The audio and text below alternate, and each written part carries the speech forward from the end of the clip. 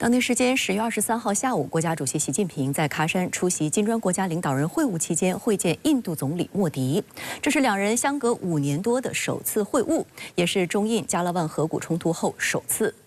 此前一天，中国外交部证实，中印就边境问题已达成解决方案。习近平指出，中国和印度同为文明古国、发展中大国、全球南方重要成员，都处在各自国家现代化建设的关键时期。中印正确把握历史潮流和两国关系发展方向，最符合两国和两国人民根本利益。双方应该加强沟通和合作，妥处矛盾分歧，相互成就彼此发展梦想。双方也要肩负起国际责任，为广大发展中国家联合自强做出表率，为推动世界多极化、国际关系民主化做出贡献。在金砖国家峰会召开前夕，印度方面首先对外宣布，中印两国已就边境地区有关问题达成协议。印度外长苏杰生表示，双方在边境实控线问题上取得突破，有积极的进展。尽管并未公布协议细节，但苏杰生透露，两军脱离接触进程已经完成，边境巡逻已恢复到2020年的位置。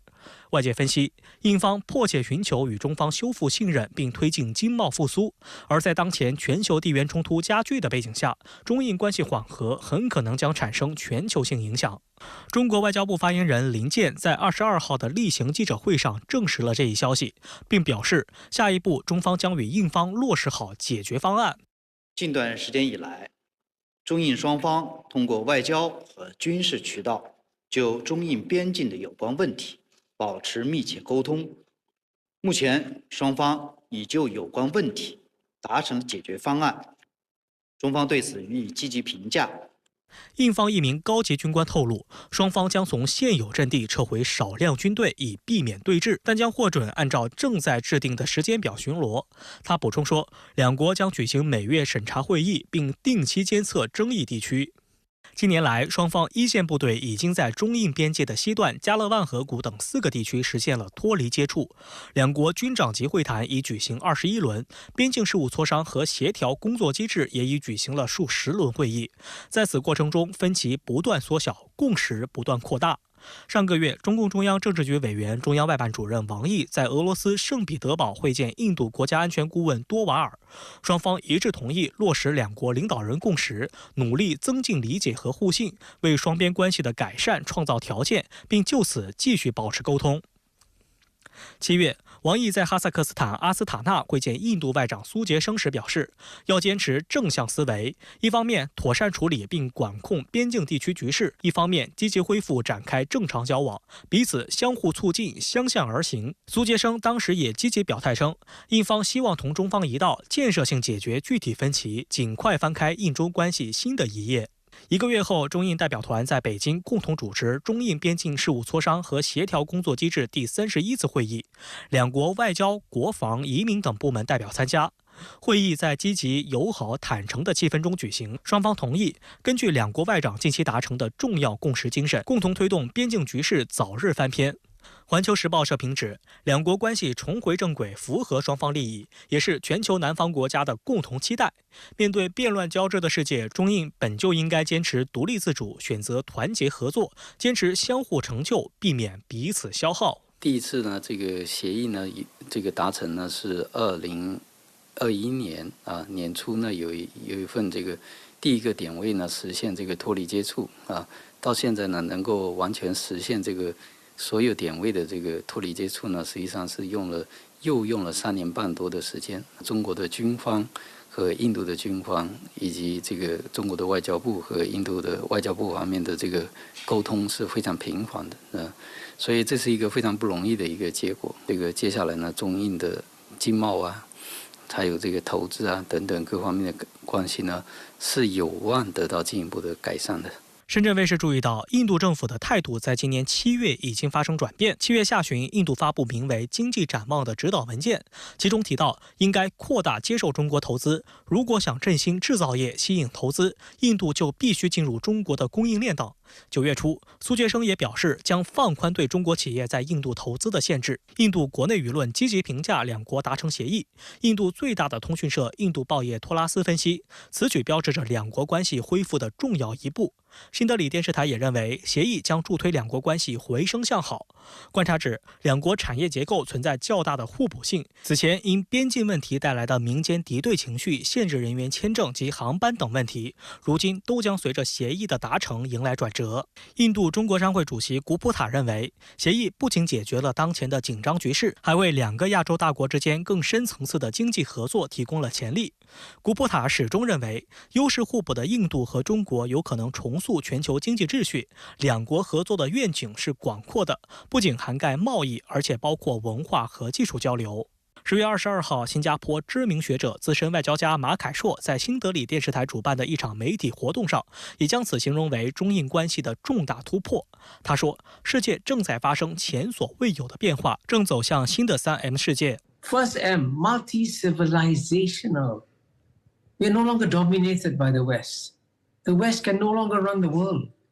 In fact, the West is losing itself. And then, secondly, it's multipolar.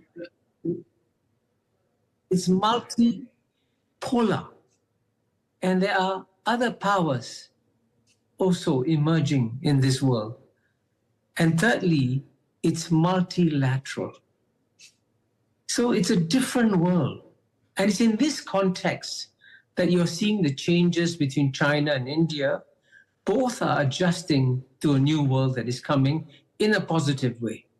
马凯硕指出，中印同属的金砖机制是一个日出俱乐部，相比之下，曾经主宰世界的7国集团已经沦为日落俱乐部，影响力正在减弱，国民生产总值在全球的占比也在下滑。马凯硕出生在新加坡一个印度信德人后裔的家庭，他认为印度需要进一步开放经济，融入全球供应链，但想要达到这个目标，就需要在某种程度上融入中国，因为有很多元器件来自中国。Most of the manufacturing today comes from East Asia, Japan, South Korea, China, ASEAN. They are the biggest sources for FDI. If you want to join the global manufacturing supply chains, you still got to integrate to some extent with China. Many of the components still come from China. 中印经济的互补性是非常强的啊。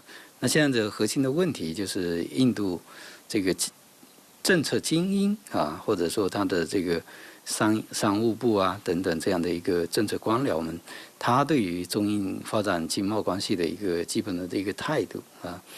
过去我们可以看得到，印度实际上走了一个很大的这个弯路啊，所以现在莫迪政府呢，这个我们也可以看得到。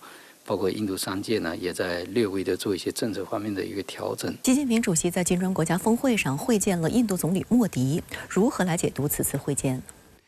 主持人好，中印领导人会晤事关重大，引起了国际社会高度关注。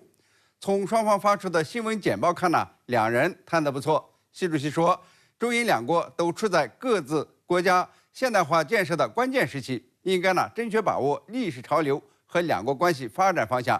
加强沟通和合作，妥善处理矛盾分歧，相互成就彼此的发展梦想，这最符合两国和两国人民根本利益。莫迪总理表示，两国关系不仅对我们的人民非常重要，而且对全球和平、稳定和进步也非常重要。相互信任和尊重应该继续成为两国关系的基础。由此可见，中印关系正在发生转折。从峰会前两国同时宣布就边境问题达成协议看，阻碍中印间合作的最大障碍似乎被挪到了一边。